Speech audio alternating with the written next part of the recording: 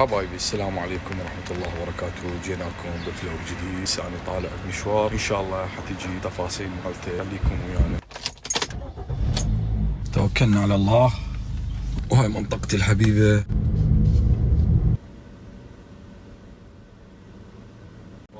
متابعيني شلونكم؟ شلون صحتكم؟ احنا اليوم خميس وان شاء الله الصحة والسلامة تعود عليكم. باقي احنا بايام عيد، وتعرفون ايام العيد هي العالم يعني تكون تتزاور مع اقاربها ومعارفها واصدقائها ويتعايدون دائما بهذا الشيء.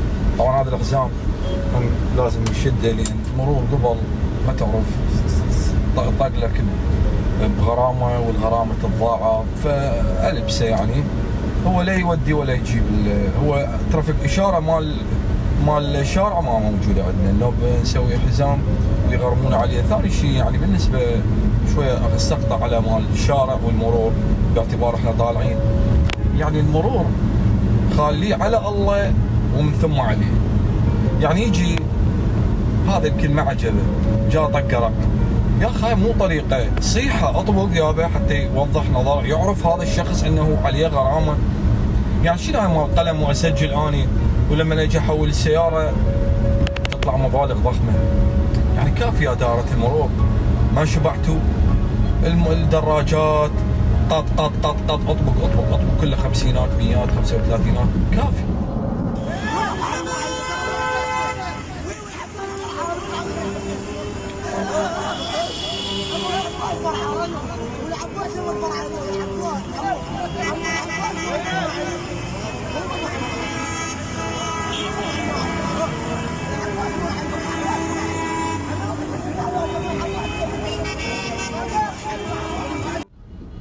الشارع طلعوا هاي مال الحزام، يابا انت اطبق على صفحه هاي غرامه عليك، انت ما لابس حزام، حتى الشخص المقابل يعرف يروح يدفع الغرامه، ليش تتضاعف عليه؟ زين احنا هسه ايام عيد، شو كل عيد مو عيد، كل عيد بالعراق هو مو عيد، لان السيطرات تنتشر بقوه، قطوعات للطرق زايده. شوف عباك احنا اجرمنا اجرام حتى نطلع نغير جو او نتنفس. الطرق، السيطرات المتعبه للانسان، المتعبه للمجتمع. ما يخالف اسوي العمل الاستخباري اقويه. ليش واقفه 4 سيارات 5 كلها شرطه واطبق وما اطبق؟ زين عندكم معلومات انه اكو سياره بيها فد شيء او هذه، اسوي تحري عنها، اوقف بسيطره بمنطقه معينه هي اللي تتواجد. مو يعني كل عيد احنا نعاني، اهو العيد اجى ازدحامات والطرق مقطعه. زين اعرف انه يريدون ان يستتب الامن في هيج اوقات او حتى لا تصير، بس احنا ليش يعني ما نتخذ فد طرق افضل لهذا التعامل ويا العيد ويا الناس؟ يعني ليش دائما الانسان هو اخر شيء بالعراق؟ ليش دائما الانسان هو اخر شيء؟ ما يهتمون براحته النفسيه وراحته الفكريه، اخر شيء هو هذا يفكرون به. ليش؟ نحمد الله ونشكره على كل حال. لكم اني متوجه الى شارع فلسطين، عندي موعد عمليه، وادعونا ان شاء الله نقوم منها بالسلامه. بنج عام، عمليه حسوي للجيوب وللوجه، ويعني من هاي الشغلات واحد النصيب. يعني تعرفون اجواءنا حاره واتربه، فهاي المناطق التنفسيه دائما تتعرض لانه يكون واحد ملاعيمه دائما تلتهب او جيوب مالته تلتهب، فتصير هاي المسائل. فاحنا متوجهين عندنا موعد ويا دكتور لاجراء الفحص قبل العمليه. ادعونا نقوم بالسلامه يا ربي، ان شاء الله بالخير عليكم وعلينا، ونقوم منها حتى نتوجه لننشر لكم وايد محتويات بدي، لكن انا الوقت مرات ما دا يسمح لي انه اقدم لكم اشياء وايد او اتاخر بالنشر، لكن من حيصير عندي فراغ راح اشبعكم محتويات. حبايبي اني ما قلت لكم انه اني اشتريت سياره، وما ادري يسع الوقت انه بالفلوج نذكر هذا الموضوع، واني راح اذكره لفائده فائدتكم وفائدة الناس اللي يطلعون او يدخلون على قناتي. بالنسبة للسيارات انا اخذت هذه السبورتج، هي الخليجي. الخليجي بالسوق مرغوب الى شكل. انا يعني انطي نصيحة للي دا يشتري سيارة انه ياخذ السيارات الخليجية، لان هي ارغب وافضل. لان السيارات اللي وارد امريكي، اللي وارد من غير دول، ما نعرف يعني به الحوادث، ومرات يطلعون صورهن وتطلع حتى مو نفس الصور الموجودة. يعني بيها حادث صحيح، هاي الصورة ومصلحيها، لكن اكو بعد بيها حادث جزء ما مصورين. وايضا ورا فترة تطلع بعض العطلات، يعني نقول تطلع بيها بعض العطلات، لان هن يعني جايات من الخارج مستهلكات وبين حوادث، فالعالم خطيه مرات تنغش بين. انا ما اقول لك يعني انه كلهن مو زينات، اكو بين بس القله يعني يكون زين. بالنسبه للخليجي فرقه عن الامريكي. الامريكي يجي دائما المحركات GTI. GTI محركات تحتاج الى وقود عالي الجوده، وهذا ما متوفر عندنا، فيؤدي هذا الشيء الى دائما عطلات بالمحرك بالوارد الامريكي. الوارد الامريكي طبعا انا احكي لك بالنسبه للكوري حاليا، اللي انا مثلا احكي لك انه انا هذه سيارتي خليجي ما بيها هذا الشيء، مو GTI، بتقبل اي بنزين. فديك بها ايضا من عيوبها ان محركها GTI مرات تكون اكبر او اضخم، بس هو ما يقاوم هنا باجواءنا، لانه يريد دائما بنزين درجه اولى، واحنا ما عندنا هذا الشيء ابدا ما عندنا. فهاي بالنسبه للخليجي مفضل. وشوف دائما اسعاره اغلى، يعني تشوف الموديلات مالته اقل بس اسعاره اغلى من الموديلات العاليه اللي هي وارد امريكي. فهاي انتبهوا لها ايضا ملاحظه، يعني تشترون سياره تهنوا بشراء السياره بين الخليجي والامريكي شنو المواصفات مالته، شنو الطخات. يعني سياره مثلا مطبوخه وبيها بتشن بيها كامل لغوبوني، عاد هي انضربت يعني تضررت، السياره تضررت. انت جاي تذب فلوس دم قلبك، جاي تذب 20 مليون 22 مليون كلها هي 170 180. فليش بتاخذ شيء زين؟ اخذ خليجي حتى لو اقل موديل وما بيها ضرر وحلوه وكاله، يعني جاي من الوكاله، افضل ما ان تاخذ هذه مشت بدول وما نعرف غرقت، حوادثها قويه ما صلحت زين.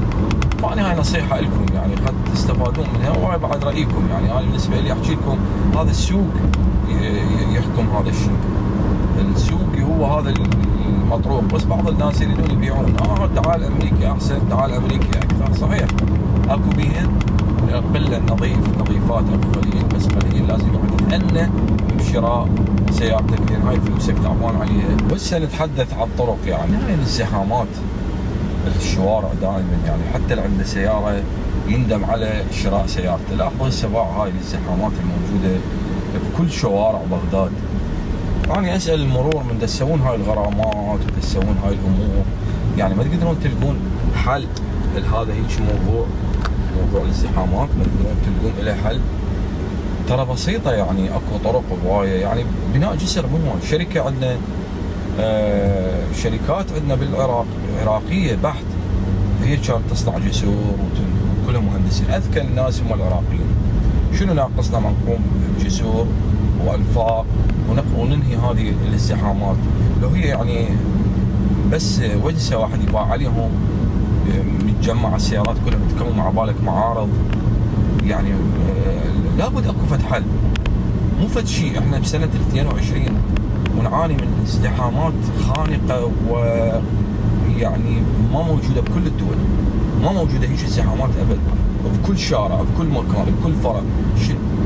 ليش يعني؟ مثلا ما عندنا فلوس، ما دولة ضعيفة، ما عندنا إنتاج، كل شيء عندنا، خيرات، أنهر، نفط، معادن، ذهب، كل شيء عندنا زين. فيعني لابد أكو حل. يعني خلينا ما نظل هيك الشغلة. ترافيك لايتات احنا 2022 وترافيك لايتات أيضا نفتقر إلها تماما زين. يعني الترافيك هو جهاز وعربطه اوتوماتيك وخلي الامور تمشي والطريق حلو وخلي الامور. ليش كل شيء احنا تعقيد بالعراق؟ بس ابدا فهمها. ليش كل شيء يتعقد؟ كل شيء زين للعراقي يتعقد. الكهرباء يتعقد، شنو؟ شو يسويها الكهرباء؟ شو يصلح الكهرباء؟ زين ليش؟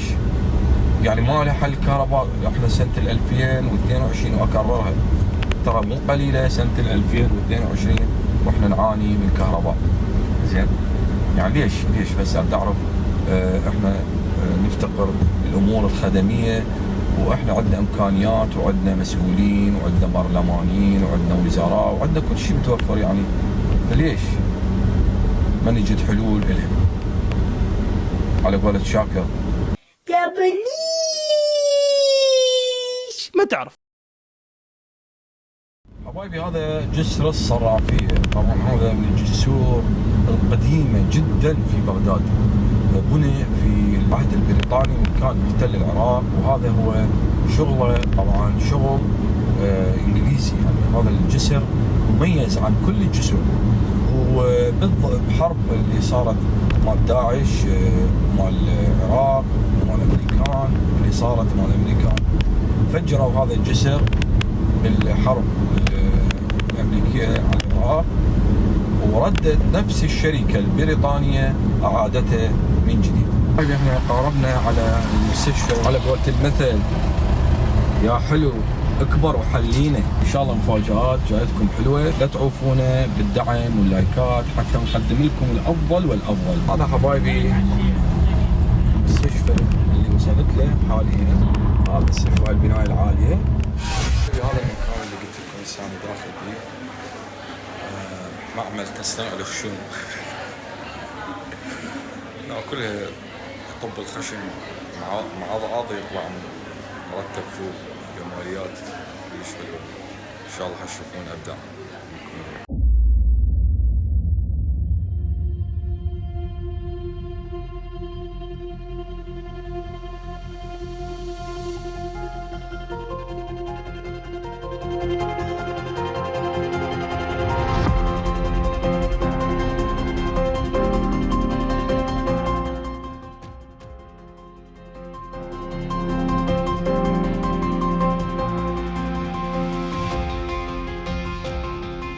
حبايبي اني هسه من المستشفى طلعت، شلت هذا القناع او شلون اسميه، القناع او الكفر اللي ينحط على الوجه، كان كلش مأذيني. طبعا انا 8 ايام اعاني منه، يعني حتى هو بتجبير داخلي كان على هاي المنطقه وهاي المنطقه كلها، بس واحد هيك خانقني خنق. الحمد لله ربي شوي اشتميت الهواء والله عافاني وطلعني من هاي العمليه اللي والله العظيم هاي العمليه ابد مو سهل. يمكن شو اقول لك اصعب عمليه هذه. العين هي احس شيء بالانسان، وش قد عمليتها حساسه ودقيقه، بس مو مثل هذه اللي هي عمليات العين كلها ساعه، يعني 10 دقائق اكو مره ربع ساعه. بس هذا الانف هو روح الانسان بالانف. نحمد الله ونشكره يا رب على سلامتنا وسلامتكم ان شاء الله. السلام عليكم. سلام.